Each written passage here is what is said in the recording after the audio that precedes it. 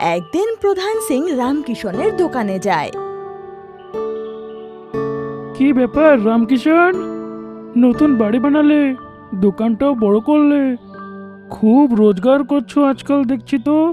কোথাও আমাদেরকে তুমি ঠকাচ্ছ না তো? এমনিতেও আজকাল লোকেরা টাকার জন্য কত কি না করছে। আমার ভালো জিনিসের প্রমাণের জন্যে এই গ্রামের লোকরাই যথেষ্ট রে ভাই। আর আমি আজ পর্যন্ত কিছু খারাপ জিনিস বেচিনি রে ভাই। আর তোর যদি এতই সমস্যা, তাহলে তোকে আজ থেকে কিচ্ছু বেচবো না।